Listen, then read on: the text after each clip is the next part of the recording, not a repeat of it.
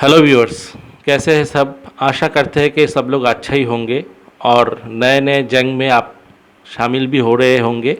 अगर EMI related जंग है तो मैं आपको ज़रूर मतलब इन वीडियो के माध्यम से ये बताने की कोशिश करूँगा कि किस तरीके से आप इस जंग में अपना फाइनेंशियल पोजीशन स्ट्रॉन्ग भी कर सके और इस जंग से आप बच भी सके।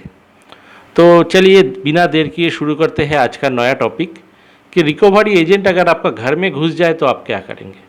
क्योंकि अक्सर मैंने देखा है कि बहुत सारे केसों में ऐसे हुआ है कि रिकवरी एजेंट एक तो आप तो बिना बताए आपसे मतलब मिलने चला आता है और वो टारगेट करके इसी टाइम में आता है जब आप घर पे नहीं हो।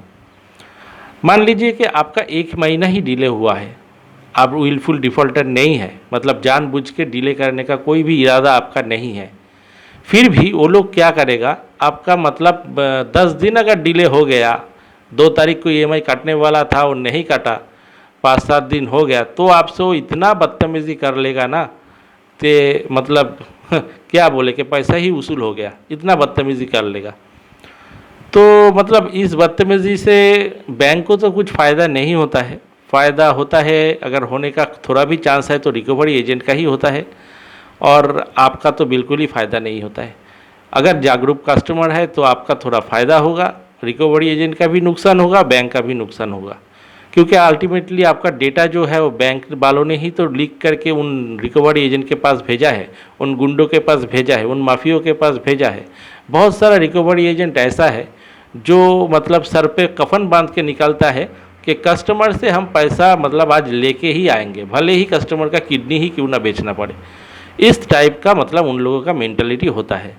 अगर मान लीजिए कि आपके पास सच में वैलिड ग्राउंड है और आपने मतलब लेटर करके बैंक को बताया भी है, उसके बाद अगर कस्टमर ऐसा मतलब ये जो रिलेशनशिप ऑफिसर बोलिए, ये रिकवरी एजेंट बोलिए, कलेक्शन एजेंट बोलिए, ये लोग अगर उसके बाद भी आपका घर पे आके मतलब झमेला करता है, आपको थ्रेट करता है, आपका हरास करता है, आपका मानहानि करता है, तो आप इन लोगों के खिलाफ एक्शन ले सकते हैं और इनमें आप ही का जीत होगा अगर आप थोड़ा सबूत कलेक्ट करने में समर्थ हो गए तो क्या कलेक्शन एजेंट का घर पे आना मतलब आपके लिए हानिकारक है? हाँ, होगा हानिकारक अगर आप जागरूक नहीं हैं। और अगर आप जागरूक कस्टमर हैं तो उन लोगों का आना ही मतलब आपके लिए बहुत ही एक अच्छा प्रूफ बन के तैयार हो जाएगा। और उन लोगों का बदतमीज़ी अगर आप रिकॉर्ड कर लेंगे तो बहुत अच्छा होगा। वो लोग जब आते हैं तो आप पहले आई कार्ड मांगिए। आई कार्ड मांगने से वो लोग बताता है कि उसके पास आई कार्ड नहीं है। मैक्सिमम केसों में मैंने ये देखा है। अगर आई कार्ड उसके पास नहीं है तो आप बोलिए कि आप आपका ऑथराइज लेटर वो लाइए जिसमें बैंक का पैड में उसका नाम, एड्रेस, उसका मतलब आइडेंटिटी नंबर, कार्ड नंबर कुछ भी तो होगा जिससे पता लग सके कि वो बैंक का ही आदमी है और उसके खिलाफ भी एक्शन लिया जा सकता है अगर वो कोई गलती करे तो दूसरा पॉइंट है, वो अगर आई कार्ड आपको दिखाता है तो आप पूरा वीडियो रिकॉर्डिंग उसके करना है, उसको बोलना है कि आप आई कार्ड गले में लटका के बात कीजिए क्योंकि मैं भी कुछ वीडियो रिकॉर्डिंग कर रहा हूँ। इसके दौरान अगर आप कुछ गलती करते हैं, मिसबिहेव करते हैं तो भी मैं रिकॉर्ड कर लूँगा।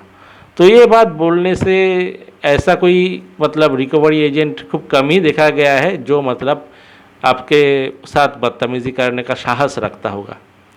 आप उसके बाद आप उसको लेटर दिखाइए, बात कीजिए कि मेरा तो बैंक से बात हो रहा है, तो फिर तुम भाई कौन हो, कहाँ से आए हो, मेरा बिना प्रॉब्लम सॉल्व करने के बजाय तुम सिर्फ पैसे की ही मांग किए जा रहे हो, ऐसा क्यों कर रहे हो? अगर ऐसा कर रहे हो तो गलत कर रहे हो और वो गलत कर भी रहा है, आप उसको रिकॉर्डिंग कर लीजिए। उसके बाद वो लोग क्या करता है, बिना परमिशन आपका घर में चला आने का कोशिश करता है और सिर्फ आता है वो ये मकसद से, ना कि आपसे पैसा मिले, वो आता है आपको डिफेम करने के लिए, मतलब अड़ोस पड़ोस में बता के आपका मतलब आपको छोटा दिखाने का कोशिश ये करने के लिए। पर मैं ये समाज का ये एस्पेक्ट बदल के रख दूंगा कि मानो मतलब इंसान का जो प्रॉब्लम हो ही सकता है, पर बैंक वालों मतलब बैंक वालों का रूप में ये जो भेड़िए आते हैं उन लोगों का सच्चाई मतलब आम आदमी के सामने होना बहुत ज़रूरी है। क्योंकि एक ऐसे मतलब काम कर रहे हैं जो आइन, आरबीआई, सुप्रीम कोर्ट कोई भी नहीं परमिट करता, फिर भी ये डराता है, धमकाता है, जो अपने आप में एक क्राइम है। तो आप एज ए कस्टमर बिल्कुल मत डरिए इन लोगों से। ये लोग आपको डराने के लिए हर संभव प्रयास करेंगे, पर जब ये लोग समझेंगे कि ये कस्टमर तो जागरूक है, इसे सब पता है, तब ज़्यादा आपसे उलझेंगे नहीं। बल्कि मेरा जितना इतना वीडियो है उसमें आप देखे चुके हैं कि किस तरीके से ज़्यादा देर बात ना करते हैं वो भाग जाते हैं। तो अगर आप इन लोगों को पैसा दे भी देते हैं तो भी एक रिस्क रह जाता है, क्योंकि वो बगैर आईडी कार्ड के घूमते हैं। वो बैंक आदमी नहीं भी हो सकता है, वो भाड़े के टट्टू ही होते हैं, जिसे बैंक भी अपना फ़ायदा के लिए यूज़ करता है, पर बाद में बैंक का भी बहुत सारा नुकसान होता है।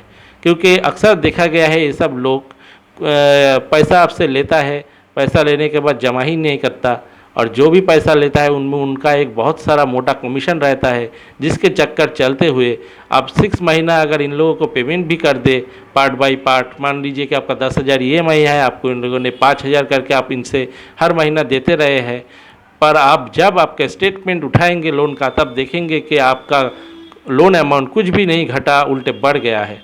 तो क्या फ़ायदा हुआ आपका, यही मैं आपसे पूछूंगा।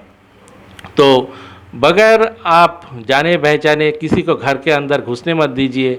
अगर वो घर के अंदर घुसता भी है तो भी वो एक क्राइम है, वो क्राइम की श्रेणी में आता है। आप उनके खिलाफ़ भी एक्शन ले सकते हैं, थाने में जाके उन लोगों के खिलाफ़ भी कंप्लेन कर सकते हैं, पर सब कुछ आप मेथोडिकली कीजिए तो आपके बहुत ही काम में आएगा।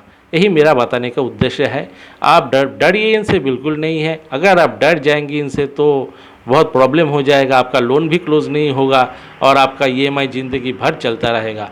इसीलिए जो करना है जानबूझ के, मतलब स्टेप बाय स्टेप एक्यूरेटली कीजिए, वरना अगर कुछ करके अनजाने में लोन के साथ खिलवाड़ करते रहे तो पूरा ज़िंदगी भर आपको लोन का EMI चुकाना पड़ेगा। यही मेरा बोलने का उद्देश्य है।